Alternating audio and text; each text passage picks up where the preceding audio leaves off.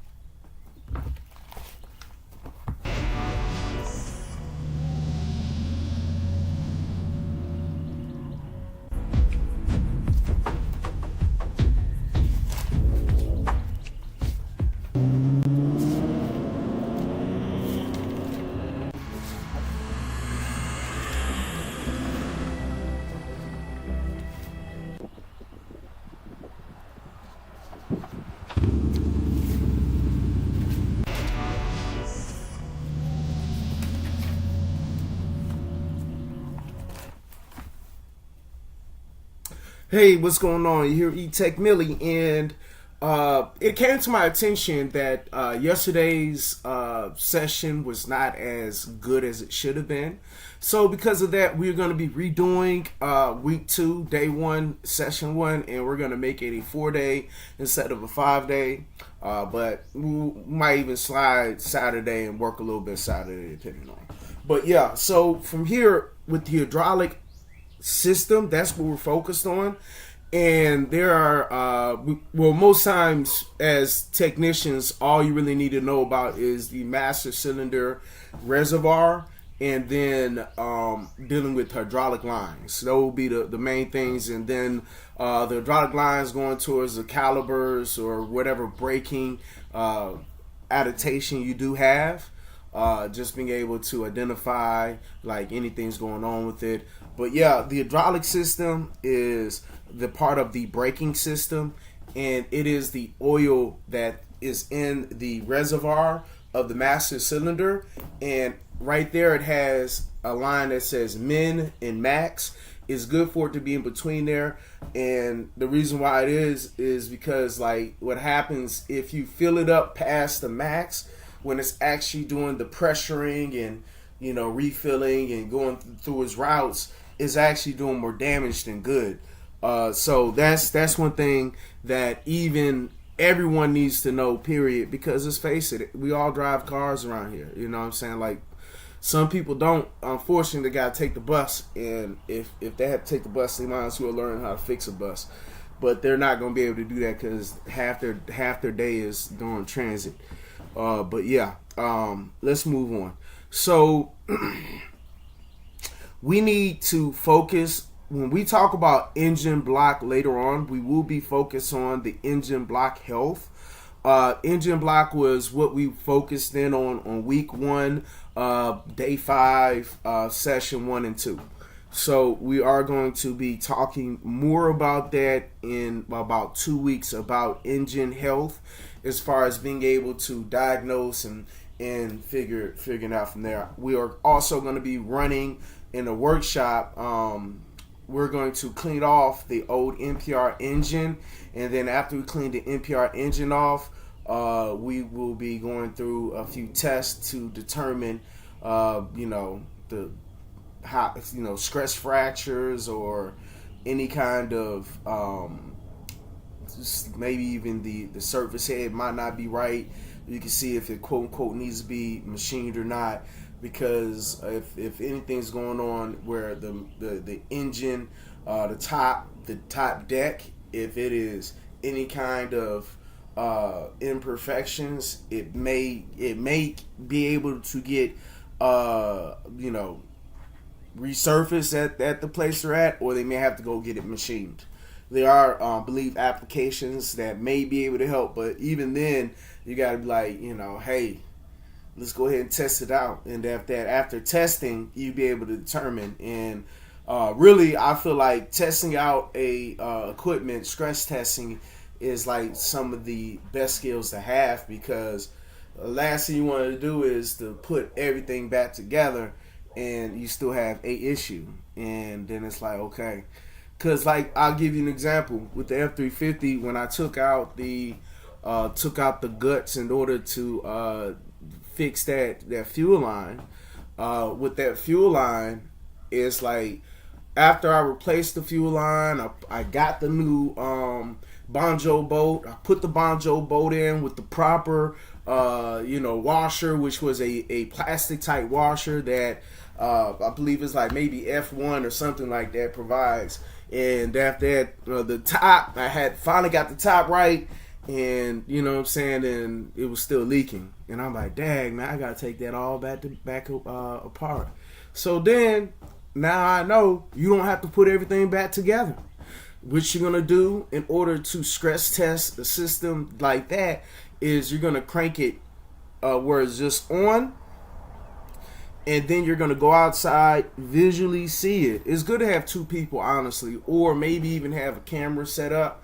And you're in the driver's seat doing, that does help too. And then from there, once you see that once you see that it's not when you need to be there, and then You go to the next level. You crank it on. And then once you crank it on, the vehicle still is going to be moving. Well, I mean, I should say inside is going to be there. The exhaust system's out, and then it's some tubes that you have to take out. So it's for the most part, you are going to have to get in there and take a few pieces of the guts out.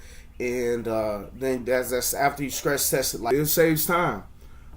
So with the hydraulic system, we are going to be looking. In fact, let's go ahead and take a look. Us, and it's called Engine Logics. So if you wanted to check this out on your own, you can. Where is it? Say Engine Logic, and then right now we have a ASE engine and brake resources, as well as a car wrapping resource. So let me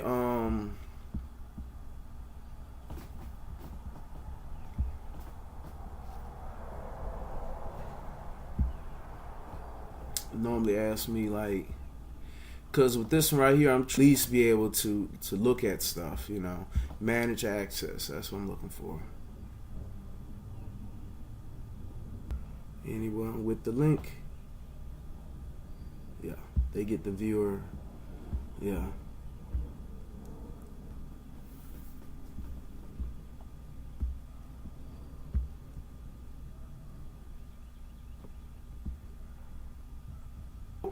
We're going to be looking at diagrams, or is it going to be lectures and such? It's somewhere in here. Yeah, hydraulic system right there. And then, oh, no, this is another one. This is one that we're going to be, use a resource, because media file. No, that's not media file.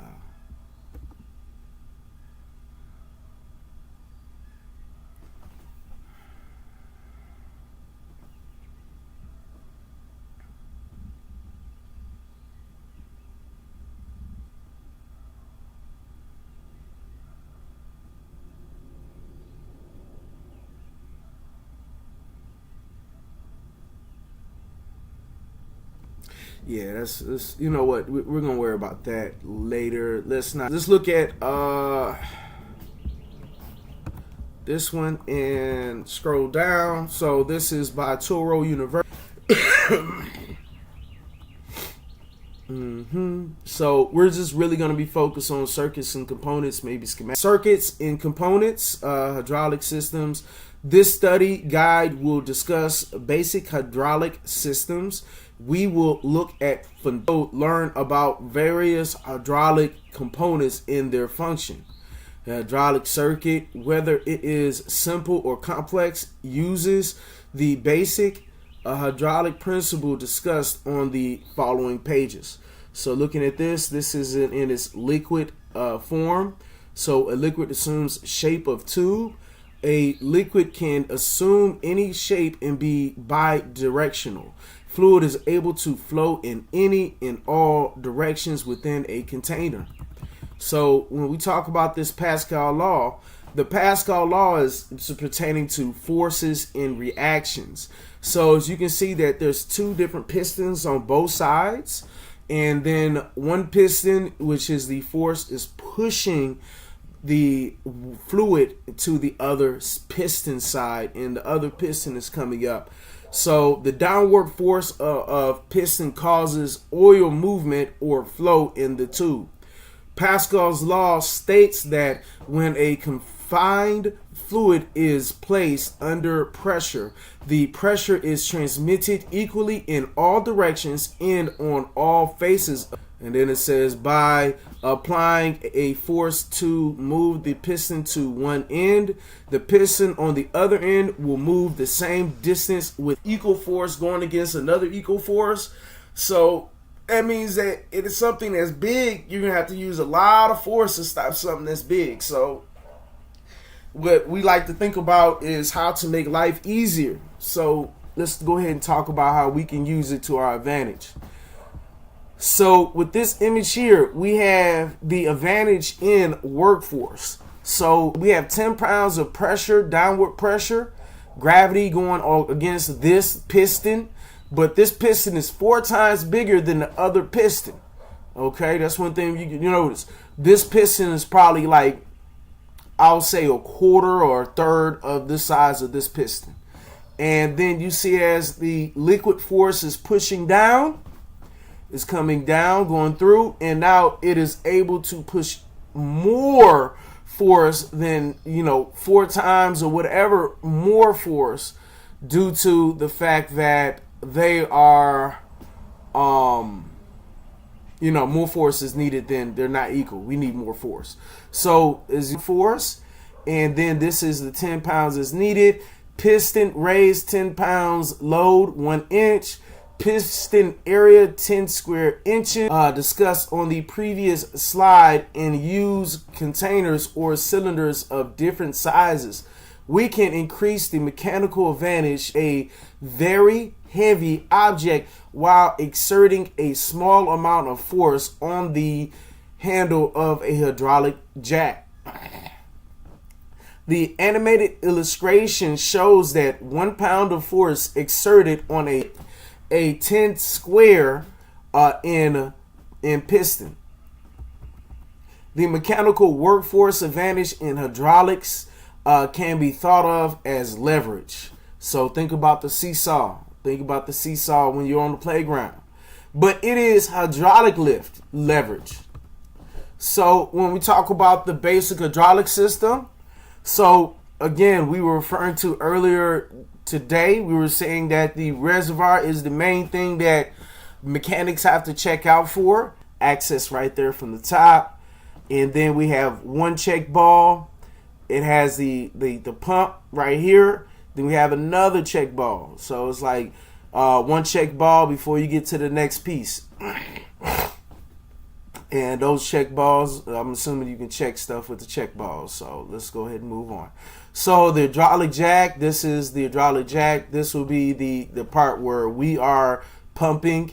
And then this right here will be the actual device that's being, where the brakes are being pumped, which will most likely be a brake caliper, or that'll be the main thing, or even brake drums. It may be one of those. But yeah, so we have a low pressure return flow. All right. So basic hydraulic system. Although hydraulic circuit layout, design, or function, the principle behind most hydraulic systems is similar to that of the basic hydraulic jack. Oil from the reservoir is drawn past a check ball into the piston type pump during the piston's upstroke. When the piston in the pump is pushed downward, oil will be directed past a second check ball into the cylinder. As the pump is actuated up and down, the incoming oil will cause the cylinder ram to extend. The lift cylinder will hold its extended position because the check ball is being seated by the pressure against it from the load side of the cylinder. Because the pump displacement is usually much smaller than the cylinder, each stroke of the pump will move the cylinder a very small amount.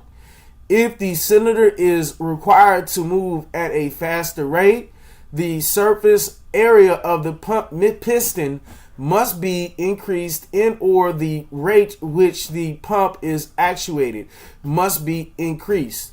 Oil flow gives the cylinder ram its speed of movement in oil pressure. It is the workforce that lifts the load. And then we see here a little note. All hydraulic systems are essentially the same regardless of application.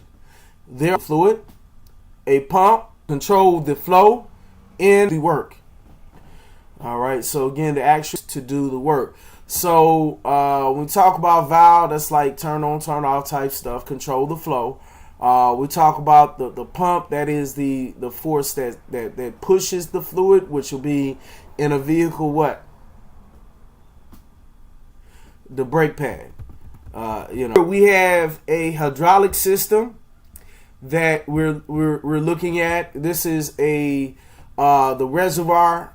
Here is an example of a reservoir. This particular reservoir is made of the riding mower, and then you kind of can see the seat, and then the component that actually where it goes through.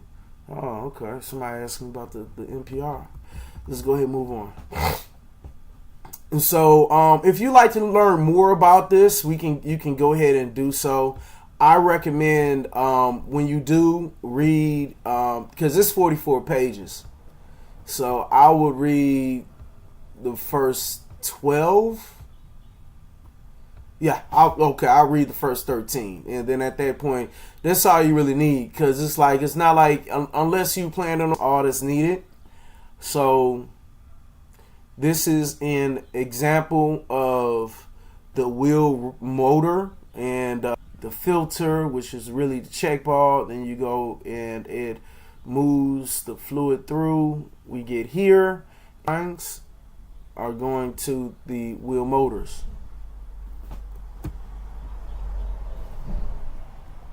We got the reservoir, and we have the gear pump.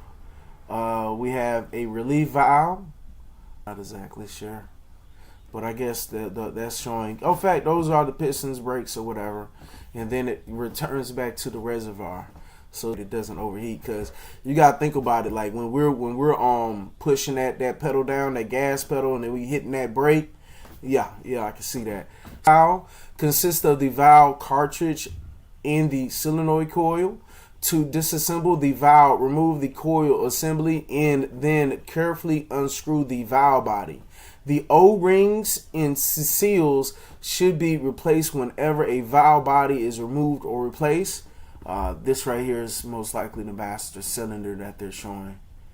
And then you see in the master cylinder, we got the plinger, then it's talking about the magnetic force. And then the land area. All right. The electric solenoid, or maybe that's not. You know what? That's a solenoid, and they're showing that. I'm sorry. It looks like the master cylinder to me. I'm sorry about that. That's still a solenoid. The electric solenoid valve operates by supplying electrical current to a coil magnet, which is the only difference between hydraulic electric valve in a manually actuated hydraulic valve is the way that the electric hydraulic control valves. The valve system may consist of several spoil valves threaded into a machined valve body. This valve body contains the internal porting to direct the fluid flow. The outer ports on the valve block are threaded to allow hoses and lines to be connected to it. All right, we got another diagram of the brake system. They're showing you the motor and it's probably like a John Deere. We can now utilize our basic circuit to recreate rotational movement to drive attachments. The adjustment photo shows a hydraulic motor used to drive the reel on a cutting unit. All right, just a little note. There are 3 hydraulic lines connected to the motor, shown 2 larger hoses for the pressure and return lines, and a small case drain hose. The smaller case drain hose carries fluid from internal motor leakage back to the reservoir. A small amount of and cool motor components. Yeah, that's one thing I was talking about. They had, having those oil coolers let's look. We already kind of went over it a few times. I believe we already read something similar to that. And then when we talk about the lift cylinders, the flow of the cylinder being pressurized to lift load. Some lift circuits on Toro equipment pressurize the rod end of the cylinder to lift the load. So this is actuators. This is what it's meant to do. So yeah, so I recommend checking this out on your own. Again, I just shared it on there, and if anybody was like, oh man, it's not shared, it's now shared, then this is the makings of the pump. It's going to be the bar, and then it goes through the gear pump, cool, and then it goes out hot, high pressure. So it goes in low pressure of the output portion. So that's what you see there, and it leaves out hot or high pressure, however you want to call it. So we can improve the sophisticated components in changing the circuit layout by incorporating a gear pump in place of a hand piston pump rate of the ram.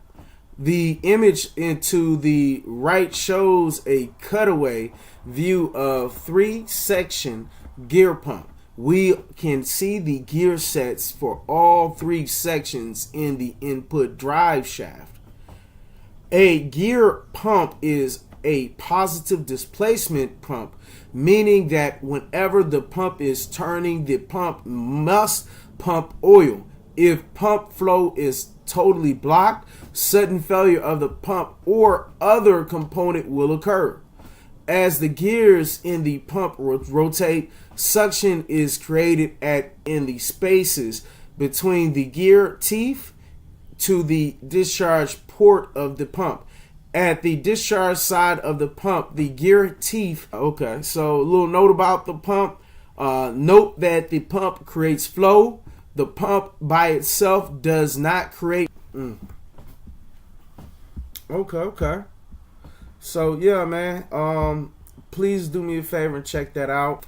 So when you are out here inspecting your own personal ones or not, Wagner has this bar as the calibers because it was a Ford Focus that we're focused on, which is Ford Fusion, which is right now is about to be sold. So we're not really worried about changing those brake calibers. So and looking at this, let's go ahead and go through it. So the brake system inspection checklist. You see, these are the steps. Check the brake fluid. This is the so look at the Minimax fill lines on a master cylinder. Check position of master cylinder float. Access the condition of the brake fluid. Assess the condition of the brake fluid. So when we talk about testing the condition of the brake fluid,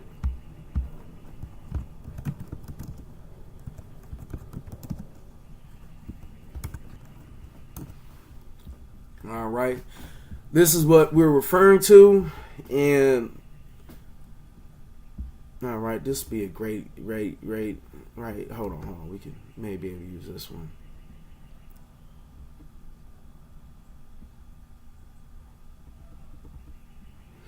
Yeah. So,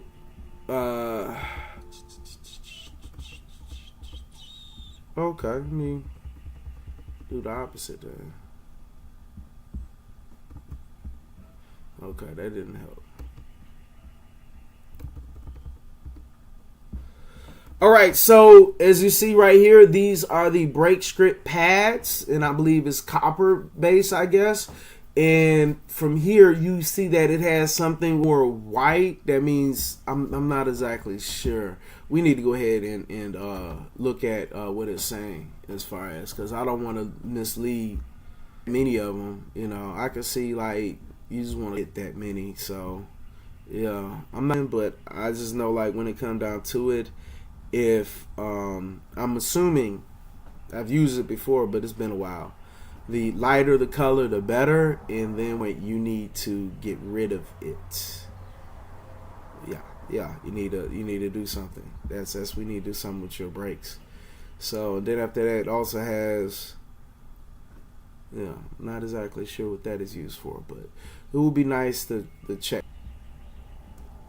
All right, so that's how you assess your brake fluid using that those for brake fluid service. Follow the manufacturer's recommendation. Brake fluid service can promote brake pad life in longer caliber life.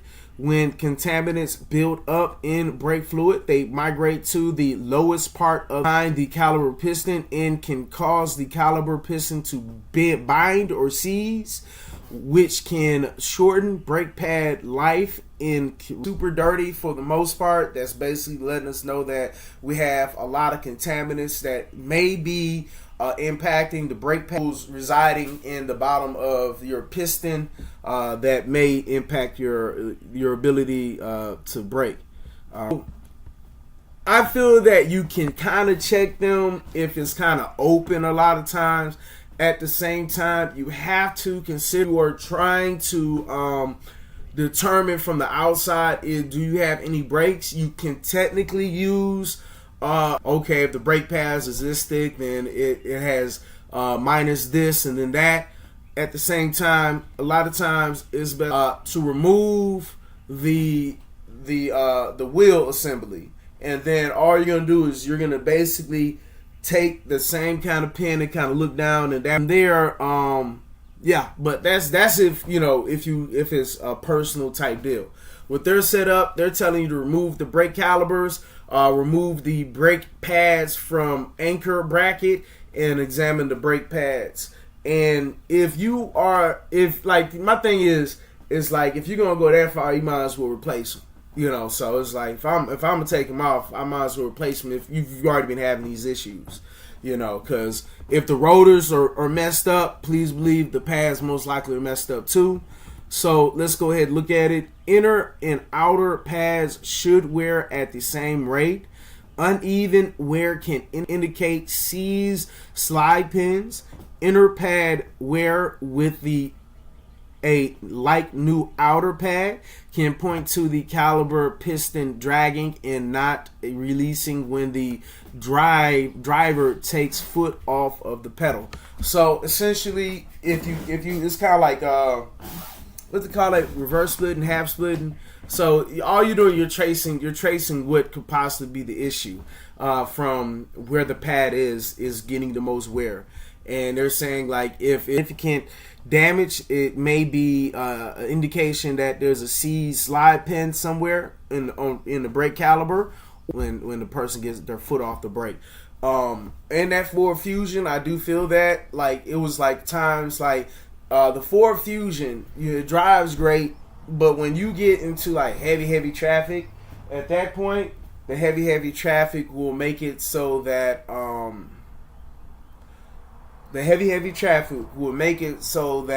when you're going through, it'll seize up on you, and like maybe that was something that was going on with it, and then get back driving. But I'm just talking about the Fusion that we will be looking at. I did record taking it off and kind of evaluating it, and I have to say the rotors are jacked up. Like, no one needs those rotors on driving, period. So let's go ahead and keep looking. So inspecting the brake caliper, steps to take: examine boots for damage like rips, tears, or cracks. Ensure caliper slide and there are no issues with external caliper hardware, seized slide pins, brake pads, binding in the caliper brackets.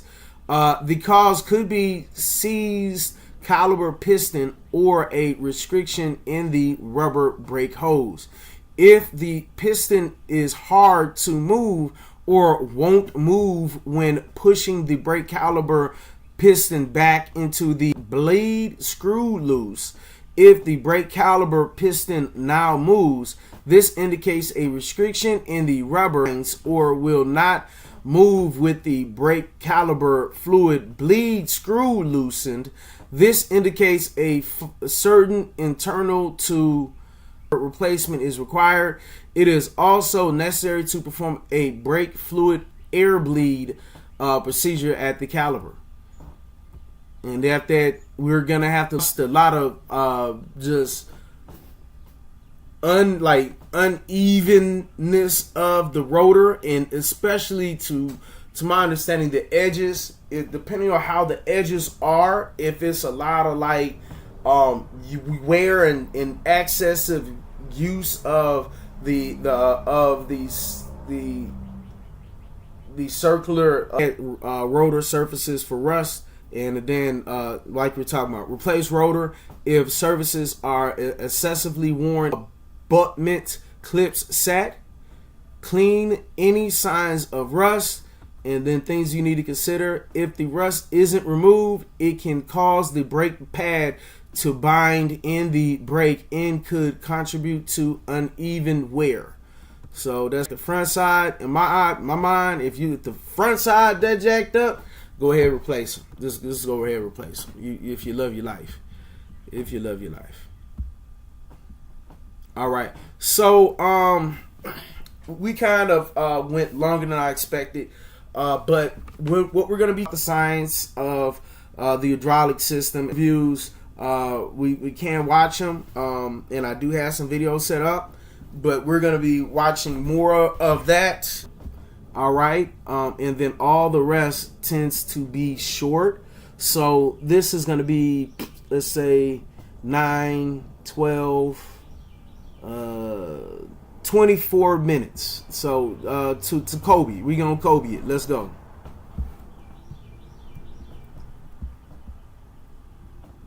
Hold on.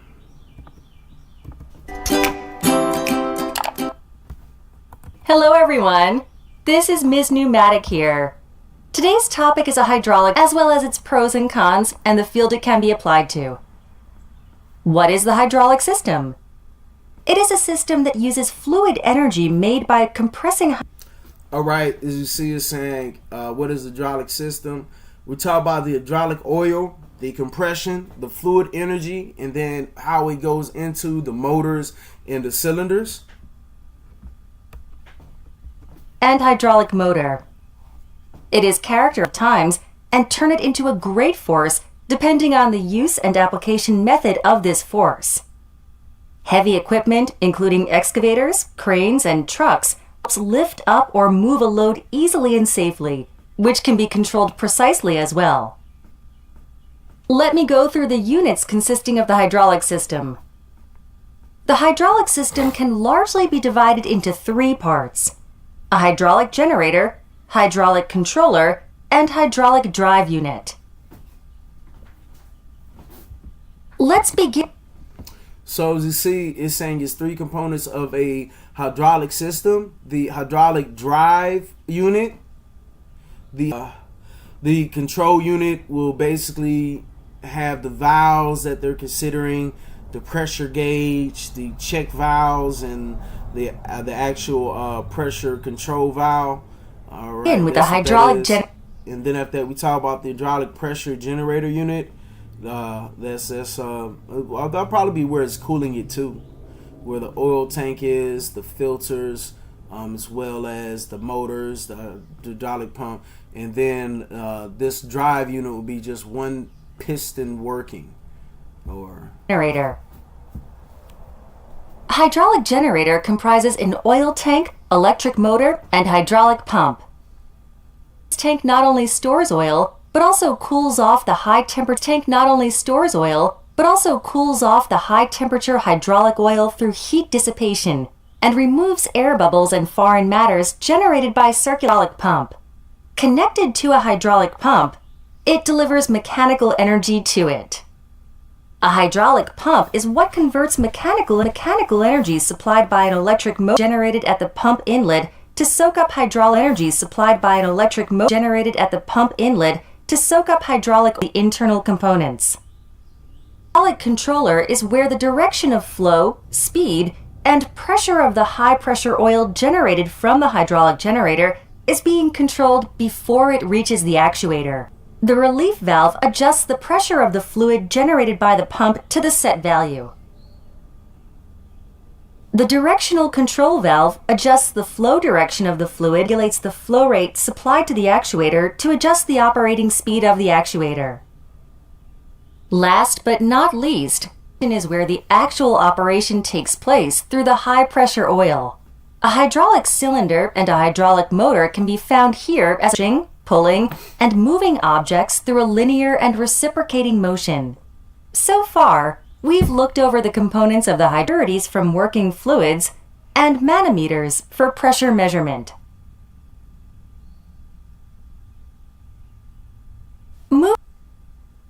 First, the hydraulic pump soaks up the hydraulic oil inside the oil tank.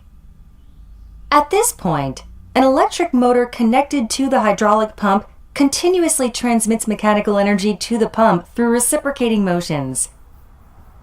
This is what causes the internal gears of the hydraulic pump to perform rotational motions, producing high pressure moves to the pressure directional control valve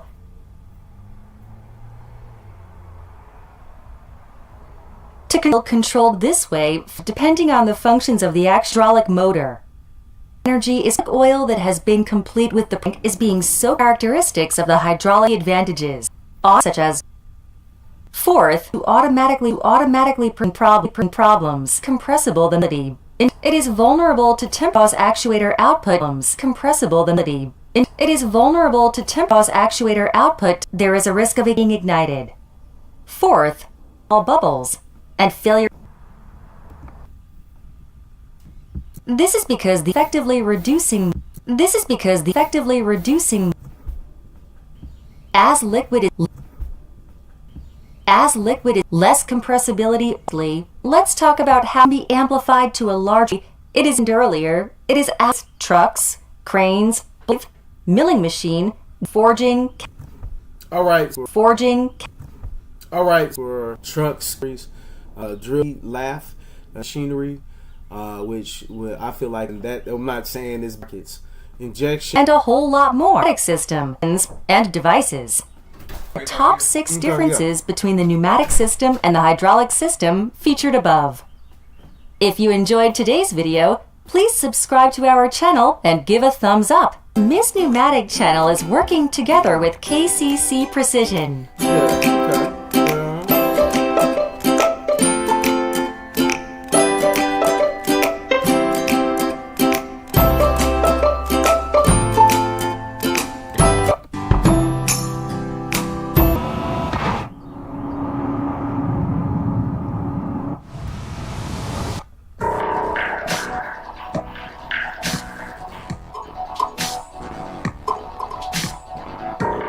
Okay, in this video I want to talk about a very basic hydraulic system.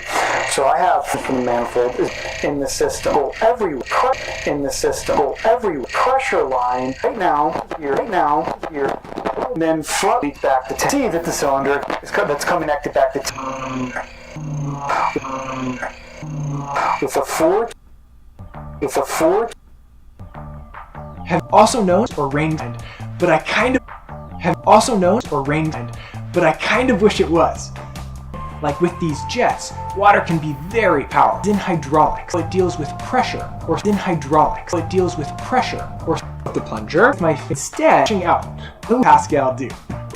So if you put the plunger, instead pushing out, Pascal do. So if you this is end up with a ton of force transmit building materials, or these machines use hydraulics to get job. Hydraulics. You can put your new knowledge make a hydraulic machine. Nana just built an app. What we're here is what? Just built an app. What we're here is what? Pushrod. The reservoir lines. Driver to the pushrod. Pushrod transfers the mechanical flow or vacuum booster's foot on hydraulic force. Now let's wheels turning. Rod through the brake. Wheels turning. Rod through the brake. Reverse to return to the master section, allowing the wheels to turn freely once more. Lines. can move around. Then going into how you can move around. Then going into hydraulics, you can work in roller coaster. You can work in roller coaster. The push the brakes. Down below, I'm gonna get the push the brakes. Down below, I'm gonna get through this ASE assessments that you know. So I will be taking myself personally as well. So you know, and I just say.